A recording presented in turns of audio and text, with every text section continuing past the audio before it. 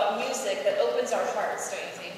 There's something so beautiful that's like, as she mentioned, that St. Augustine said that when we sing, we pray twice. And there's something very beautiful that happens in our hearts. And I have to say that I'm impressed with your weather, y'all. We had another nice day. So thank you.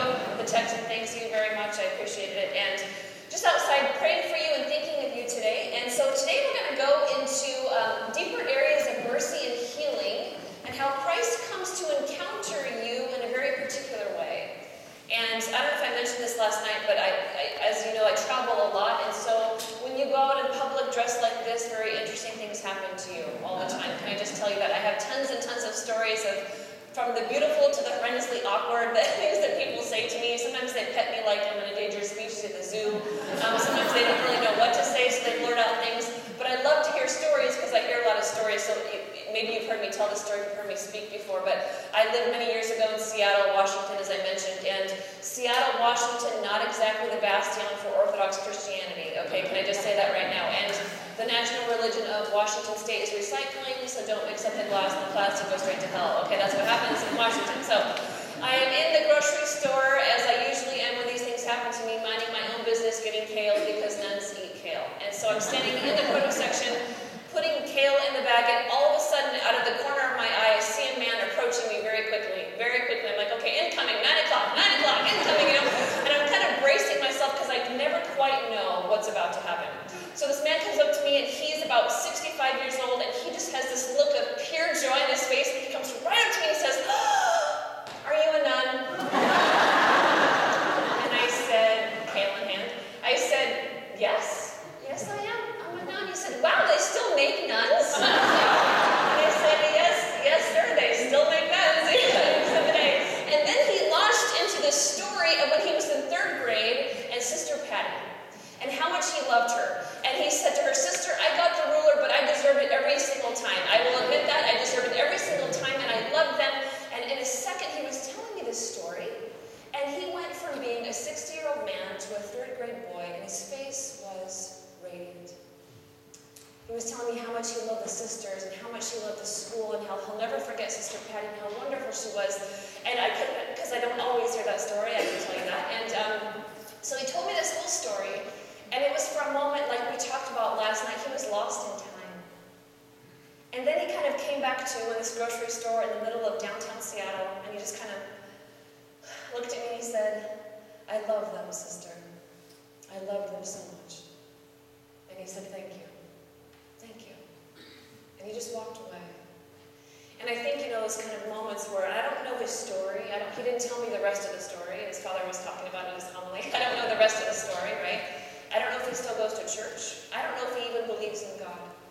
But he had an encounter with somebody who witnessed the love of God for him. And it was a moment that he never forgot. And those moments are embedded deeply within our hearts, within our souls. And we talked about that last night. We talked about the moments that transcend time, right? We talked about what it means to be human. We talked about wholeness being holiness. That's what we're called to be, because Jesus is the man fully alive. He's whole, so he's making us whole. We talked about as sons and daughters of God, as human beings, that we're made for communion and relationship. We talked about that we long for belonging, that we are the beloved, and I'm going to talk about delight in a second because I forgot to talk about that. And we talked about how when we're close to God, we become not less human, but more human. So the closer we get to God, the closer we allow God to us within our souls, within our hearts, the more human we become.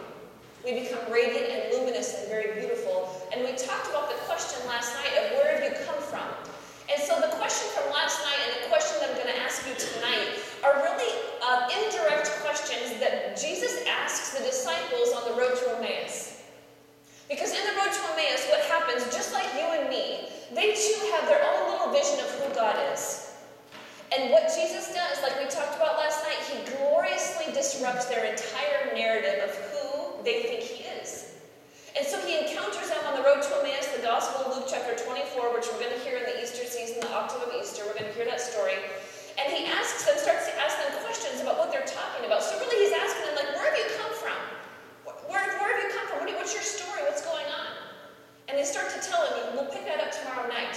So we talked about last night the question of not just theologically where have you come from, which we talked about theologically where you've come from, which is true. But we talk about your story.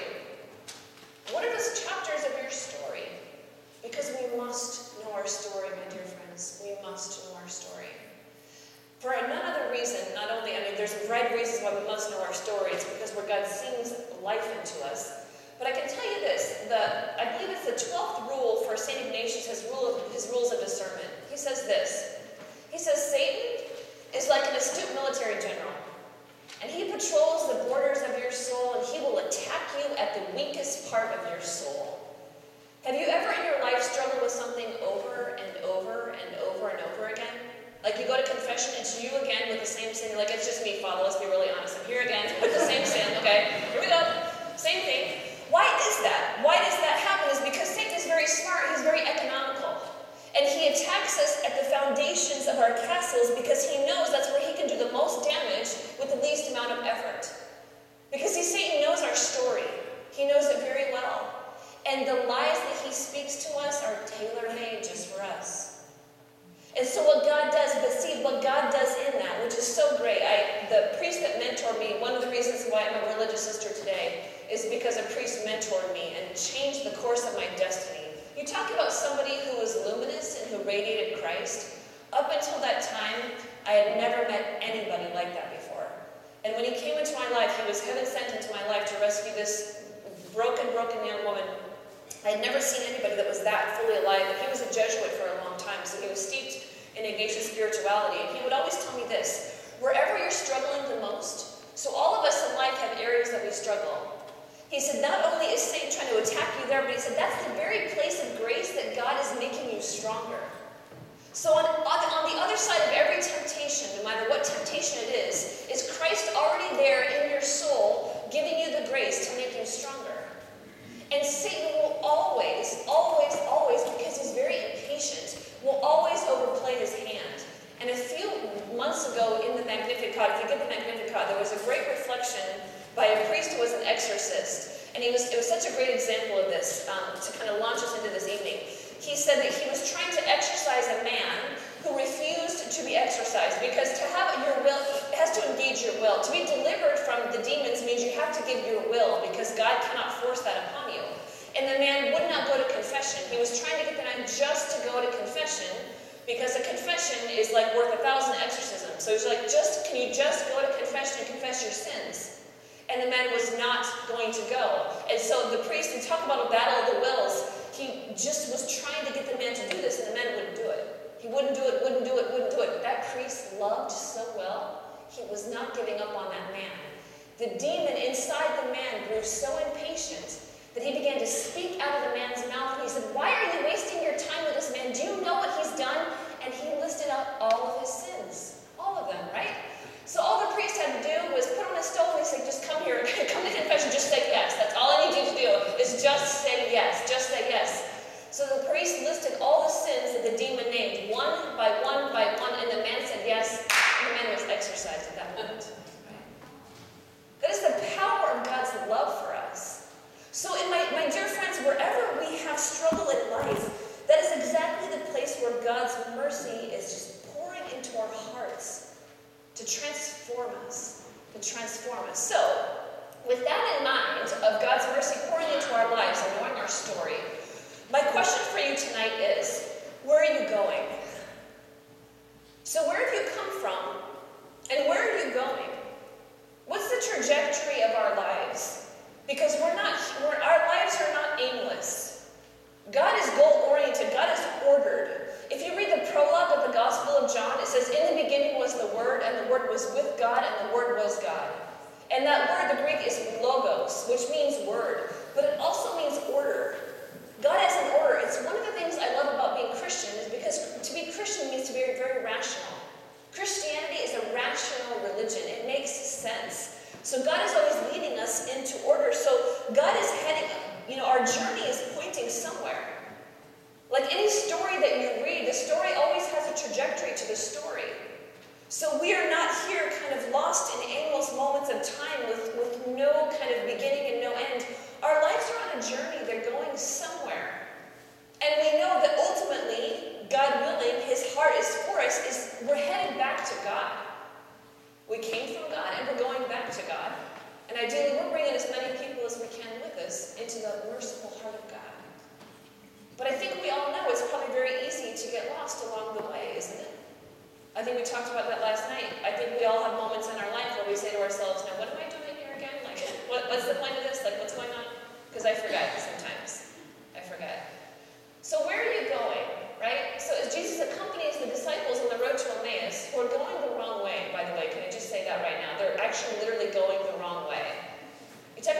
pedagogy of God, how he just comes and he encounters us exactly where we are, and he journeys with them. And he's asking them, like, so what's happening, gentlemen? What's going on? So he comes into our lives and he says, where are you going? I just love how Jesus teaches. We have these ideas that he teaches and kind of giving these pontifical exhortations on the moral life. Most of the time he teaches using parables and by asking questions. For example, in the Gospel of John, the first thing Jesus says to his disciples is a question, because they begin to follow him. And he turns around and he looks at them and he says, what are you looking for? What are you looking for? And he asks that all the time. And sometimes I don't know. Like, I have no idea. I don't know what I'm looking for here. I'm clearly looking for something, but I don't know. Like, he's talking about the deepest desires of our hearts, like Father's homily this morning. Do you want to be well? He asks the paralyzed man for 38 years, do you want to be well? What an interesting question. Like, the guy's like, dude, 38 years, man, bro. Been here by the water. Like, help me out here, okay? Clearly, right? We're going to talk about that in a second. So let me ask you this. So where are you going? Where's your life headed? There's another great saying in the 12-step groups that says this. We believe that we could wrestle satisfaction out of life if we only manage well, right? We believe that we can wrestle satisfaction out of life if we only manage well. Anybody managing really well? You felt like you're managing your life? But life is not meant to be managed. It's meant to be lived to the full. And I'm really convinced of this. This is the average American response. Like if you go to a cocktail party like we talked about last night, or you go to a party or something like that, and you walk into a room and you ask somebody, how you doing? How you doing? The standard American answer is this. Good. Busy. But like so good, but so busy. Like we're so good and so busy all the time. Like, can I just propose this to you? Let me just propose this to you. That right underneath the level of good busy, okay, is a whole well of all kinds of stuff. It's a well of unspoken pain. It's a well of a lot of times marital problems. It's a well of deep aches. It's a well of suffering that is happening. It's like this tip of the iceberg is good busy, and then underneath that tip is just all this stuff that goes down to the floor of the core of our souls. And for a social setting, a cocktail party, or the PTA meeting at the school with the other kids' parents, I mean, that's entirely appropriate, because if somebody asks you at a cocktail party, how you doing? You said, well, actually, when I was 5 years old, they're like, man, TMI, like too much information. It's like not appropriate at that level. But if good busy is the answer I'm giving to the Lord, if it's the answer that I'm giving to the people in my life who love me, if that's my standard answer, then that means, my dear friends, there's a whole bunch of stuff in our lives that's being unspoken.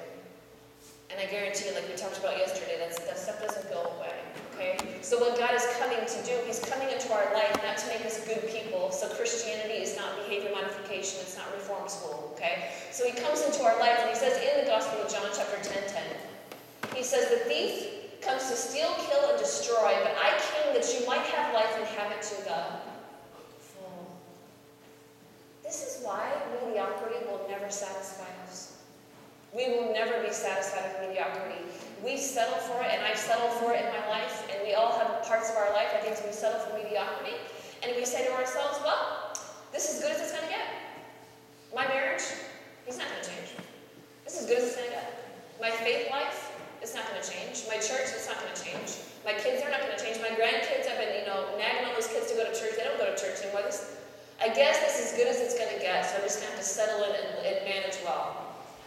And we say that, and I think we say that because to hope, which is what we're talking about tomorrow night, to hope can be deeply, deeply painful, because hope makes us vulnerable. And you see, Jesus never ever settles, and he doesn't approach the man. He doesn't approach the man at the pool today and say, well, 38 years, I don't know what can we do here. I don't know what can be done. What are we going to do? I guess this is as good as it's going to get, He doesn't ever come away not healing somebody. He doesn't ever come away not bringing them into communion. When Jesus comes into our life, he doesn't see mediocrity and just leave us there. He sees our hearts where we have settled because we're afraid. But that is not his heart for us. He comes that we might have life and have it to the full. And this is why we love abundant living. This is why we love beautiful things. It's one of the reasons why that desire for fullness, that desire for beauty, it's why we love art. It's why we love nature. It's why we love human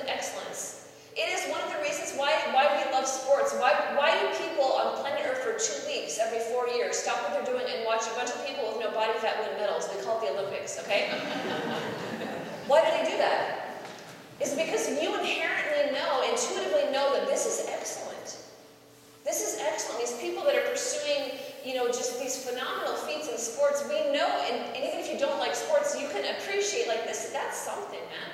That is incredible. It's because it's really all it is a small foretaste of heaven. Because heaven is the fullness of excellence. It's the fullness of God who is excellent. He is all good, all true, and all beautiful forever. Forever. So, if that's where we're going, my dear friends, are there places in your life that you're stuck? Are there places where we have our little roads to Emmaus? Because I believe we all have little roads to Emmaus in our hearts, where we're going the wrong way. Or places where we have areas of deep, deep, deep areas of unforgiveness.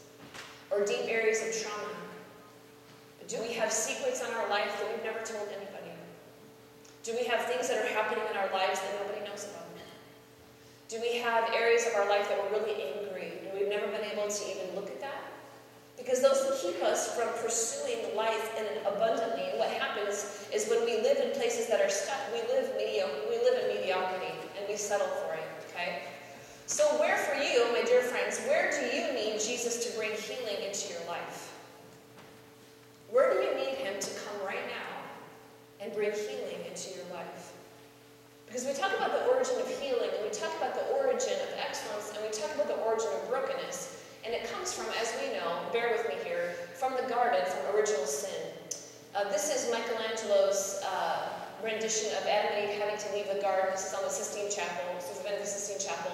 This is after they turned away from God, and they have to leave, and the angel guards the garden now. And so they leave the garden, and they have to go out into the wilderness. And I'm going to pick up that quote in just a second, but we were talking last night about Pope Francis, his letter for Lent. And I love this. He says, this is so beautiful, this Lenten period of 40 days spent by the Son of God in the desert has the goal of making it once more a garden of communion with God. These 40 days spent in the desert have the goal of making it a garden of communion. So what's happening to you and I during Lent is all the places in our life that are deserts, all the places in our life that's a wilderness, God is making it into a communion. Making it into a garden. So it's not unruly, it's not overgrown, there's not a bunch of weeds. It's a beautiful, beautiful garden, and gardens do what? They bring beauty and they bear life. And that is what we're called to do as Christians, is to bring beauty and bear powerful, potent life. So that's what this journey is all about. That's what it's all about. So what happens, my dear friends, in our lives, right, that break us, areas that break us, okay, and that lead us to be stuck in certain places. Now, this is a wonderful article. It's by a French bishop, and you probably can't see the title of the article, but the title of the article, it's outstanding. It's called The Chastity of Jesus and the Refusal to Grasp. And what he's saying is Christ is the chaste man, because to be unchaste means to grasp and to manipulate, and Christ never does that. So this bishop was talking about the original sin, and I love his explanation of it because it's so powerful. And here's what he says. He says, original sin begins the moment that man distrusts God. The image of the Father who loves and who gives is substituted with that of the avaricious, self-serving master. This is so great. So then he goes on, and this is true. He says, thus, sin is not the first act, which is only the consequence of sin, but a disfigurement of God, suggested by the tempter, and to which man has consented. This is so good. So what happens in the garden, as we know, is Adam and Eve are in the garden. Okay, Adam is given there, he's to protect the garden, to till the garden, and to make the garden fruitful. And there is Eve, and what happens is Satan somehow gets into the garden. He bypasses Adam. I'm not sure what Adam was doing that day, but he bypasses Adam, and he goes right for Eve. And what he does is he begins to suggest to Eve the same thing that he suggested to you a million times today already. This is happening right now as we sit here today. This is happening still. So what Satan does is he knows that Adam and Eve, like you and I, are not going to be tempted by outright evil. Very few people in life will buy something that's outright evil. Very few people. But all of us buy things under the illusion of something good or something pleasing. Okay? So what happens is Satan comes in and he begins to suggest to Eve, and he says, he begins by twisting the words of God, which is what Satan does to your life and he does to my life. He says, did God really say you couldn't eat of any of the trees in the garden? And that's already a nuance, a twist of nuance in what God said, because that's not what God said. Actually, God said you could have any of the trees of the garden except for one. But Satan twists him. He says, you can't have any of the trees? Do you understand the difference there, the nuance of it, of what he's suggesting already? Can I just tell you that I was giving a parish mission in Atlanta, Georgia many years ago. And during the day they took me, I love art, so they took me to the Atlanta Art Museum.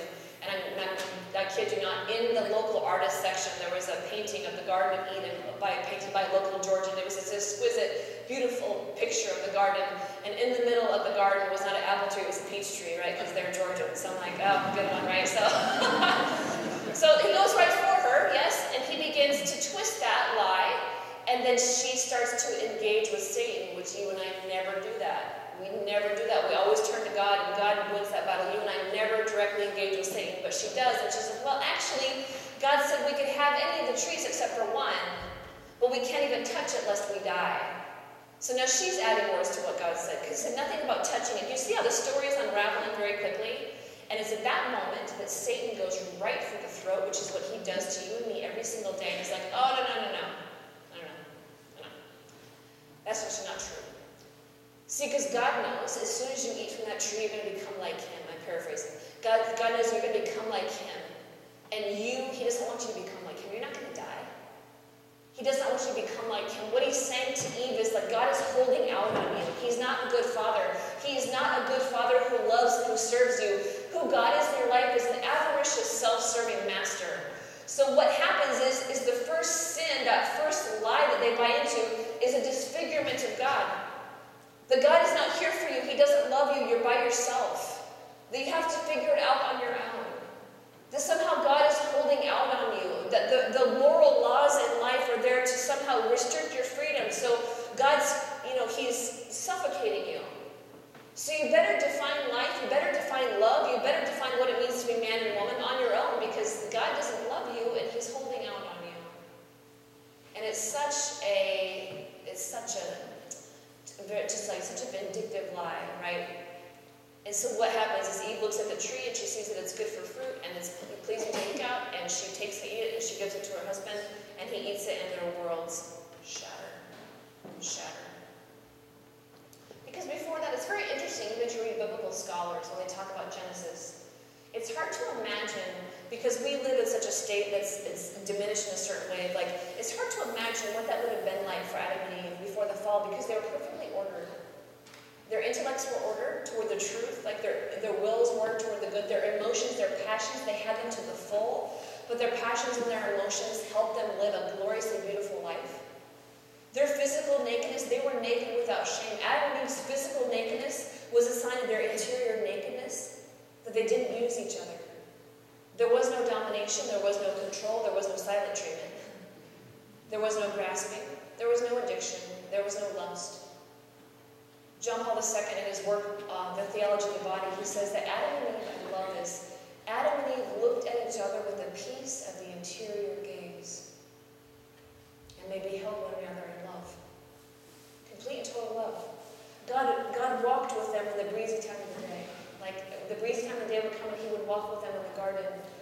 He loves them. And it's hard to imagine what happened. What happened? How did they even buy into that? But they did. And their worlds shattered, right? And what happens at that moment is their intellects are darkened, their wills are weakened, their emotions are out of control. They become broken within themselves. They